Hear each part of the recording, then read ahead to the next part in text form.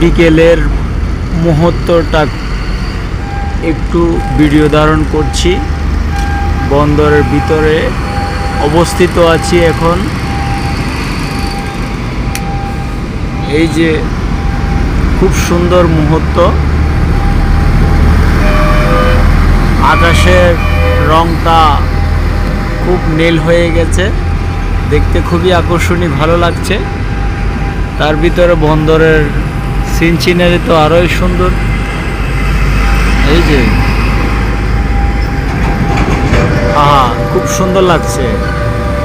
তো আপনাদের থেকে কেমন লাগছে অবশ্যই লাইক কমেন্ট করবেন, কমেন্টের মাধ্যমে জানাবেন, জানাতে কিন্তু ভুলবেন না।